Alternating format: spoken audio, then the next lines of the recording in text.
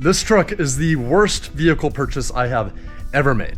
So hopefully you guys can learn from my mistakes here. We have a budget of $40,000 to build a classic Toyota Overland build, and a lot of you guys already know about the Toyota tax. These little mini trucks aren't cheap. I wanted something that was clean, moderately restored, and mechanically sound. I didn't want to have a major restoration project on my hands. I wasn't having any luck with online auctions or Facebook Marketplace, and this one popped up from a classic car dealership in Texas. Now this thing was expensive at $19,200, but it wasn't going to be a project either. I talked to the lead sales guy and confirmed the condition with him. This truck had 7,500 miles on the engine and trans, it had a moderate restoration done, and everything worked as it should. So I went ahead and I put a deposit on it, and when I flew in, the truck looked sharp. Overall was very clean and some minor things to fix like the carpet. Nothing major. However, when it came time for the test drive, they told me that it was company policy not to allow customers to take a test drive, even if they've put a deposit down. And this was definitely a big red flag, but this place was also a huge dealership and this location had tons of 5-star reviews. We had to make this purchase by the end of the year, so I ignored my gut and I went ahead and I just went for a ride-along test drive. Well,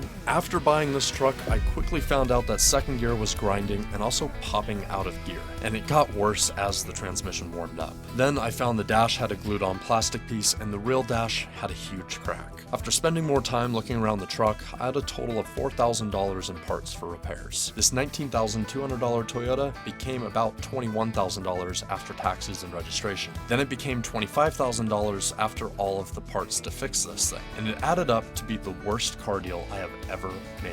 And when I called the dealership, they told me too bad. They weren't going to cover any of it, even if they said it was good to go. And that definitely eats into the budget for this build, leaving us with $15,000 to outfit this rig. And honestly, to make this rig what we want it to be, we're probably going to need to increase the budget to about $44,000 total. Ouch, that one definitely hurts.